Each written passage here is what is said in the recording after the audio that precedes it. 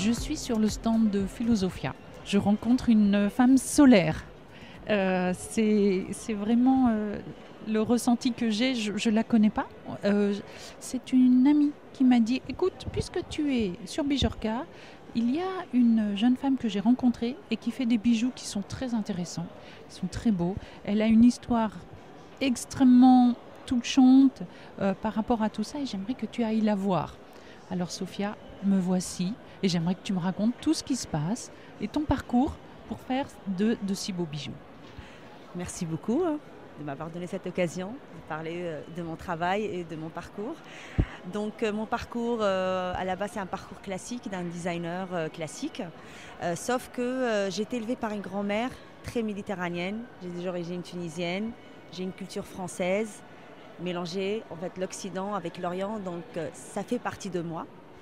Et quand j'ai fait mes études de design, donc on est formaté à être des designers, c'est-à-dire à penser un cahier de charge, à travailler des produits, on va dire qu'ils n'ont pas vraiment d'âme, voilà, mais qui répond à une demande d'un client. Donc j'essayais toujours d'introduire des histoires, des patrimoines, de l'artisanat avec subtilité dans mon travail. J'ai eu la chance de travailler dans une grande maison de maroquinerie française. Donc ils ont choisi mon profil parce que j'allie le design et l'artisanat. Donc c'est-à-dire que ça m'a toujours poursuivi avec la transmission de ma grand-mère qui était aussi couturière et ma formation de designer. Donc j'ai toujours bercé dans cette double culture design et artisanat. En fin de compte, c'est un ADN chez toi. Oui, voilà, exactement. Et après, je suis remontée à Paris pour finir mes études, parce que mon enfance, je l'ai passée en Tunisie. Donc, et j'ai approfondi mes savoir-faire de l'artisanat et du design en même temps. Et j'ai travaillé dans le milieu de la maroquinerie. Classique et je me suis dit voilà, c'est ça ma voie, parce qu'avant j'ai travaillé un peu dans l'automobile, dans la cosmétique, en fait j'ai touché à tout parce que je suis designer produit et j'étais pas épanouie au fond de moi. J'ai créé des belles choses, hein, mes clients étaient satisfaits, mon patron aussi, les marques avec qui j'ai collaboré, mais il y a quelque chose qui me manque. Alors, quand j'ai perdu ma grand-mère et elle m'a transmis quelque chose, voilà, des objets d'elle, j'ai dit oui, voilà. Et moi, qu'est-ce que je vais transmettre à mon fils? Et c'est là, en fait, que j'ai regardé autour de moi, j'ai senti qu'on est dans un monde éphémère, il n'y a plus de valeur. Parce que moi, j'étais élevée par ma grand-mère, donc la vieille école, donc il y a des choses et des valeurs, il n'y a pas que les objets. Mais les objets sont un lien entre nous et ces anciens en fait. J'ai commencé à la base de sauver des choses que je trouve magnifiques, comme des bijoux, des broderies. Et j'étais choquée une fois de voir un bijoutier en train de brûler tout un costume juste pour récupérer le métal qu'il y a dedans. Et là, voilà. J'étais choquée. J'ai dit, mais pourquoi vous faites ça? Il m'a dit, oui, parce qu'ils ont besoin, ils n'ont pas les moyens. Et moi, je recycle l'argent ou l'or pour faire autre chose. Et c'est là où ça a commencé à travailler. J'ai commencé à sauver plein de choses. C'est pour mon propre plaisir. Et un jour où j'ai quitté le travail, le monde de la maroquinerie, et j'ai commencé à enseigner. Et c'est l'enseignement. Tu enseignes où? J'enseigne le design et les arts appliqués dans des lycées professionnels, ce qu'on appelle les lycées sensibles, mais moi je trouve qu'ils sont vraiment sensibles, mais dans le bon sens. Et ça fait 10 ans que j'enseigne en même temps. Et je crois que ça a aussi approfondi mon idée de la transmission. Et là, j'ai dit oui, voilà. Bon, je suis designer, tout le monde crée des choses, mais on va où? On va où? Et là, j'ai dit, mais j'ai quelque chose déjà chez moi pour commencer. Tout ce que j'ai récolté, c'est le moment de les sortir, de les faire vivre et de leur donner une nouvelle vie, de montrer qu'on vient de quelque chose. On ne vient pas de néant, on a toute une histoire derrière nous, mais on ne peut pas avancer dans un futur, un bon futur, conscient, apaisant, si on n'a pas un passé. On ne peut pas renier ses traditions, exactement, son histoire, exactement. son passé. Et ce qui est intéressant, c'est que ce brassage des cultures, ça touche tout le monde. Moi, quand j'ai exposé avec des Américaines ou des Brésiliennes ou même des Asiatiques, des Européennes, des Maghrébines, tout, on se trouve toutes quelque part dans ce que je raconte. Et c'est ça, en fait. C'est pour ça que j'ai travaillé sur ce concept, cette philosophie des objets qui racontent des histoires d'hier et d'aujourd'hui. Alors, on va rentrer dans le vif du sujet. Voilà. comment sont faits ces objets? Parce que moi, je les ai sous Par l'œil. Par exemple, cette broche-là. C'est un travail qui regroupe en fait plusieurs éléments du passé et du présent. La petite pièce comme ça de broderie, elle vient d'un grand costume d'une jeune mariée qui a mis 6 mois, 1 an à broder, à rêver. Parce que maintenant, on a les réseaux sociaux, on n'a plus le temps ni de broder ni de rêver. Et elle a mis tout son cœur. Après son mariage, elle a transmis ce costume à sa fille, après sa petite fille. Donc, c'est-à-dire c'est une broderie déjà qui a vécu, qui a du vécu. Après, la toute petite fille moderne, elle n'a plus besoin de ce costume. Il est vieux, même s'il est chargé d'histoire, mais elle ne sait pas quoi faire avec. Donc, elle le ramène. Elle va le brûler, elle va récupérer ce qu'il vaut, en fait. Comme ce qu'on fait, comme les brocantes. Et là, lui, le monsieur, il va le brûler, il va récupérer. Donc, on brûle toute une histoire, des rêves. En fait, c'est toute une histoire très poétique.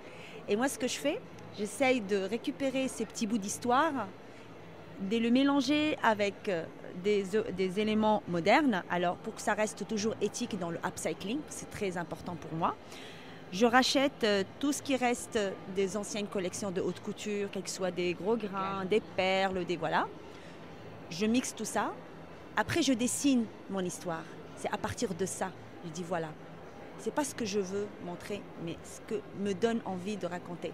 C'est-à-dire que c'est l'objet, c'est l'élément, c'est eux qui sont mis en valeur. Et c'est eux qui vont, voilà. On va parler de l'upcycling parce que toi, tu as de jolis mots pour le dire.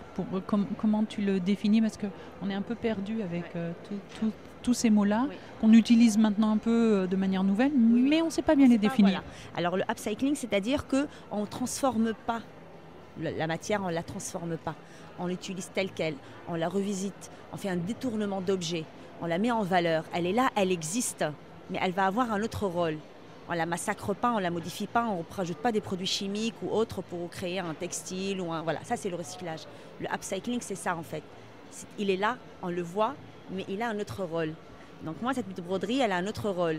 Elle est là, elle dégage toute une âme, joie. En fait, c'est ça. Elle est profonde. Et moi, tout ce que je fais, c'est de la mettre en valeur, mais d'une manière moderne, ce qui est le rôle, mon côté designer qui rentre là-dedans. Alors voilà, et je l'agrémente, je la rajoute des éléments en fait modernes. Donc là, on a une broche avec un galon. Il faut que ça reste aussi dans l'air du temps, dans les tendances et tout. Donc je sais que ça marche, mais avec une touche, ça nous parle. En fait, c'est-à-dire que le produit, il parle de lui-même. Après, tout ce qui est passementerie, tout ce qui est en fait galant et tout, voilà. Alors après, par exemple, je trouve pas assez de fermoirs, des apprêts. Alors ça, je cherche des fournisseurs français. Ici en France, même mes cartes de visite sont dans des papiers recyclés. En fait, c'est toute une philosophie. Il n'y a pas que juste un élément. Et c'est pour ça, j'insiste que ma marque, elle est made in mixed France, pas in France. Parce que mes éléments, tout ce que je chine, il vient d'ailleurs. Mais c'est ce qu'on appelle, j'aime pas le mot, des matières mortes. C'est-à-dire qu'elles ne servent à rien, ce qu'on dit dans le upcycling. Mais moi, pour moi, c'est ça la matière. C'est ça le futur, en fait. On ne dessine plus, on ne crée plus avant de chercher la matière. Maintenant, il faut sauver des matières, alléger un peu la terre parce que la pauvre, elle souffre. Et c'est à partir de ce qu'on a, on crée des nouvelles objets. Alors moi, je suis designer, j'étais très façonnée par un groupe de designers français, ça s'appelle 5.5, que j'adore. Et j'enseigne toujours avec même mes élèves maintenant. J'ai changé même mes modes d'enseignement. J'enseigne l'upcycling, le slow design, le détournement d'objets. En fait, c'est voilà, il faut que le design ou l'art ou la mode devienne un mode de conscience pour les autres. C'est pas juste pour voilà une collection après une collection qui va tourner, qui va retourner l'hiver, l'été. Voilà, exactement. Donc pour mon principe, moi je raconte des histoires. C'est pour ça que j'appelle histoire 1, histoire 2, histoire 3. C'est l'histoire 2 et c'est mémoire. La mémoire, notre mémoire, une mémoire cachée. En fait, voilà. Et on a tous une mémoire, on a tous une nostalgie de quelque chose et on vient de quelque chose. On vient pas du néant. C'est pour ça que le tissu est précieux, mais précieux dans tous les sens du terme. Il est précieux de par la matière, mais il est précieux de par ce qu'il a entre ses fils, d'où il vient. Oui, c'est dans ce sens-là que toi, tu as réussi à faire ce pas pour le mettre dans la modernité. Oui. Et pour moi, c'est très très important d'être transparente. dans la transparence. C'est-à-dire, quand j'explique à la cliente, je dis voilà, ce gros grain, il vient d'un atelier Paris dans le 9e. Cette broderie, c'est un costume d'une jeune mariée tunisienne. Elle date un peu de minimum 80 ans. Ce galon-là, il vient de chez qui? Ça vient de chez le... Voilà, en fait, c'est ça qui est intéressant. C'est ça qui est important. Match and mix. Voilà, exactement. Alors là, on est devant des broches qui sont volumineuses. Elles sont très colorées. Il n'y a pas... il y a une richesse aussi il y a une richesse dans la matière, mais en fin de compte, c'est pareil, c'est une richesse de culture. Oui, exactement. Alors, et l'autre phase, elle vient spontanément, c'est la culture. Alors, moi, j'aime bien la culture, j'enseigne l'art et le design, l'histoire des arts et tout, et je trouve que c'est très important de connaître notre histoire, parce que c'est une histoire humaine qui unit tout le monde. En fait, toute culture, toute génération, tout pays, le carrefour de cette Méditerranée qui a traversé. Et moi, je n'étais pas consciente. Mais quand j'ai exposé aux États-Unis, quand j'ai exposé avec des Américaines et des Brésiliennes, des Mexicaines, et c'est là où j'ai dit, oui, c'est ça que je dois raconter, en fait. C'est venu par hasard. Hein. Je n'ai pas pensé à raconter des histoires de culture, j'ai pensé à raconter mon histoire à moi. Et au final, mon histoire à moi, c'est la même histoire que les autres. Parce que depuis l'Antiquité, la Méditerranée était le berceau de toutes les cultures. Et le passage de l'Asie vers l'Amérique, c'est tout ce brassage de culture, de religion, des habitudes. Et ces brassages, on va se retrouver quelque part. Par exemple, là, c'est une culture un peu byzantine. Alors, une cliente d'origine ottomane, elle va dire « oui, mais c'est turc ». Une autre andalouse a dit « mais c'est de chez nous, c'est andalou ». Une Mexicaine a dit mais c'est de chez nous. C'est de chez nous toutes et toutes. J'ai dit mais voilà, mais il y a des choses qui nous unissent depuis toujours. Sauf que voilà, en fait, c'est à chaque fois on rajoute quelque chose à nous, mais l'essence c'est toujours le même. Et c'est-à-dire qu'on se retrouve.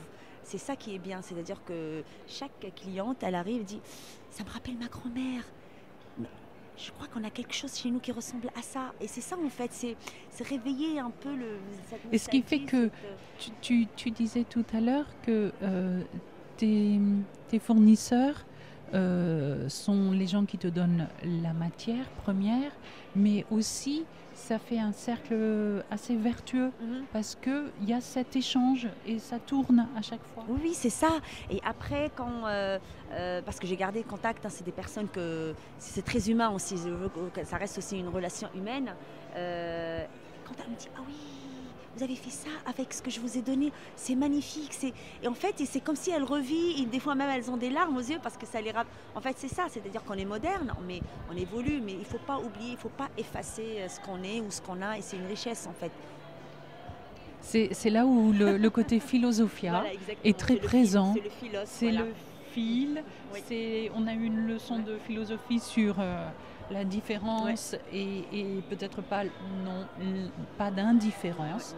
On est concerné par tout ce qui se passe et on est dans un salon très commercial. Oui. Mais toi, C'était un choix de montrer qu'on peut être tout et partout. Au début, j'ai hésité d'être ici ou à Impact, spécialement à Ouznex pour les marques éthiques. J'ai dit oui, mais l'éthique, il n'a pas juste une place, il peut être partout maintenant. Et c'était un choix pour me dire que j'en existe. On est là et c'est comme si c'est on est dans la phase de révolution, de changement. Parce que moi, j'ai lancé ma marque il y a presque une dizaine d'années. On n'a pas compris mon concept ici en France parce qu'on n'était pas dans cette phase de upcycling, de l'éthique, de la valeur. Voilà. Et donc j'ai eu quelques clientes de l'étranger que j'ai gardé un peu pour aussi, on va dire, approfondir mon idée. Parce que c'est vraiment une idée, un concept plutôt que des collections ou une marque.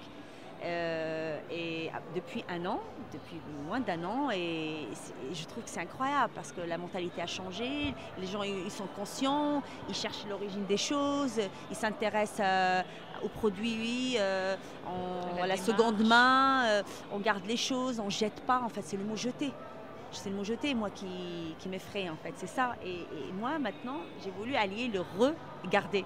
On regarde, mais on garde et on transmet. Le produit, il reste beau.